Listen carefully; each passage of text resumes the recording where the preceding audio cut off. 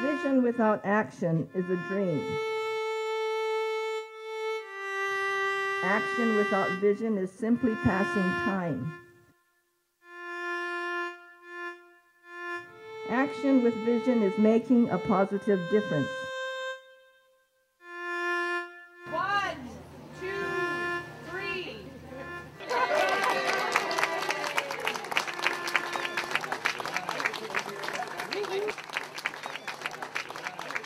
So this is Rebecca.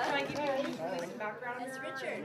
We wanted to give a home to the people who were living in difficult situations or didn't even have a place to live in. Mainly because we know what it's like to live in terrible situations.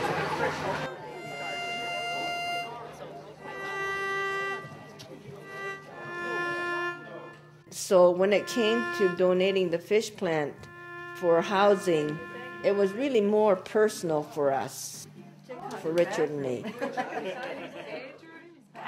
Oh my. Oh, wow. Nice, eh? Well, every day you see people are living in my cars and in the trailers up there, and if you get what I mean, eh? Especially you go out to the cars here and I can see the bedding in the cars and stuff like that, right? So yeah, you see people living everywhere, right? And since I fixed a lot of the cars for people that haven't got that much money.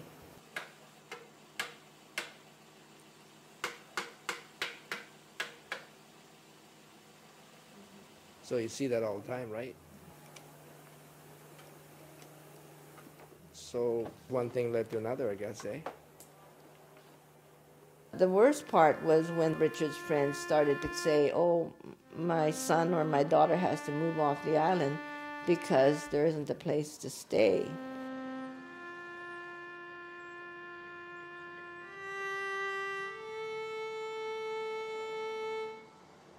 Salt Spring Island was going to be an island only for the rich and old. And so that kind of concerned us too, because we had no intentions of moving away from Salt Spring Island, but we had great concern for the health of Salt Spring Island. Yes, I was born on Salt Spring Island. In fact, Richard and my 3 sisters were born on Salt Spring Island, and my mother was born in Stevenson, the first Japanese-Canadian baby to be born there. And the only person who wasn't a Canadian in our immediate family was Father. My parents, as a very young couple, they literally bought virgin land with a lot of trees and scrub and everything, and they cleared it by hand themselves. So when I go down there, I see this image of this young couple working really hard with a vision of what their future was going to be, because they had it planned. They wanted to make sure that there was a security for the family. They used to hatch their own chicks, and Mom said that they would have to get up in the middle of the night to turn the eggs.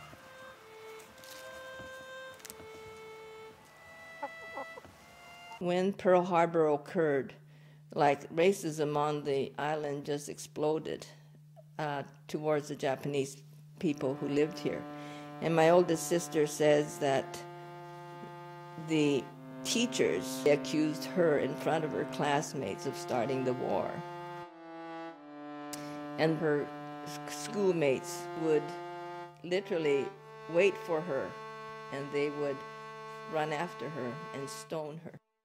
In February of 1942, something legal that was passed to remove all the Japanese nationals. Dad was the very first person who the RCMP came to pick up. I get very emotional when I talk about this, and we all marched to the, we all marched to the truck, and Dad got on the back. I guess he wasn't moving fast enough because the officer just gave him a push, and he fell forward on the truck.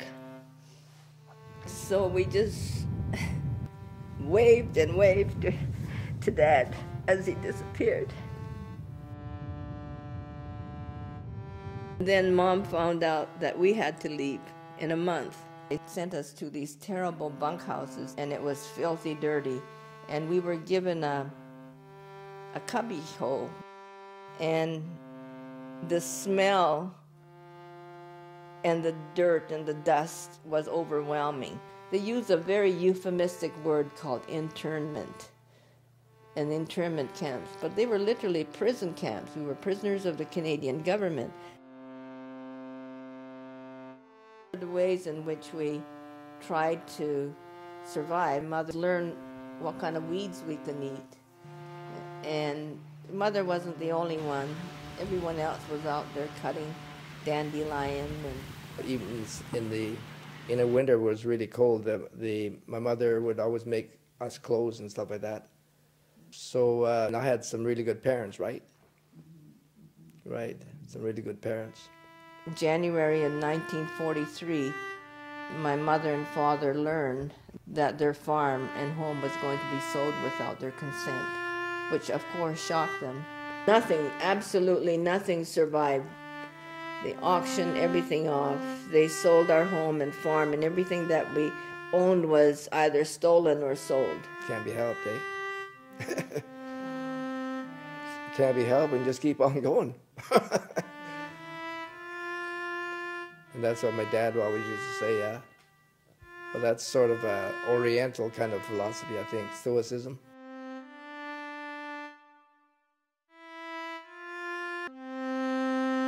And in 1954, when Mother was 50 and our father 55, we returned to Salt Spring Island in extreme poverty, with just enough money to buy the scrub land and start all over again. My father immediately started clearing the land, and because it was just a jungle out there.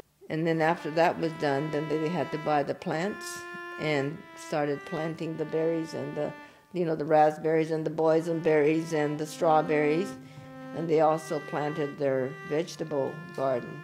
Here, Mom and Dad had created this beautiful market garden with all kinds of quality produce. Somebody had to buy it for us to survive. There were many people on the island. They always came and bought Mom and Dad's produce. And if they didn't buy the produce, we really would have been in dire straits. So the reason that we decided to build that house there was really to honor our parents and also to remember the people who supported us.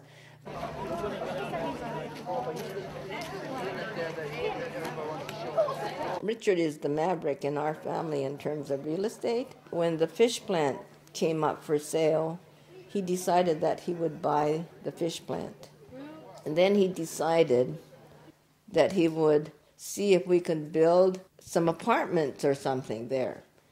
And we talked about it a lot, because to this day I still know what it's like to live in those terrible, terrible conditions, not really being able to have a bath when you wanted to, or have to fill a galvanized tub with water that you've had to heat up after you brought it in from the irrigation ditch. So when you heard people say like what kind of places they were living in, like tents, we knew what it was like to live in tents. They've given me the opportunity to have self-respect. It's a great feeling to have your own place and establish a new beginning. I can invite my own friends when I feel like. I can entertain. Bon appetit.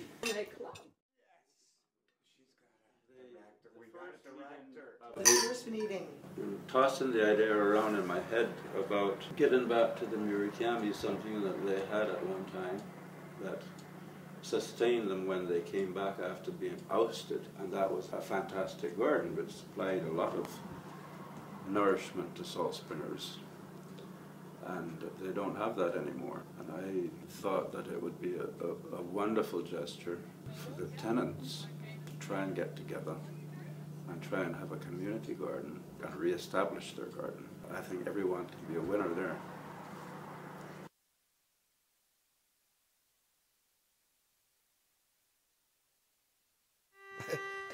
I didn't think of it being anything, really, to tell you the truth.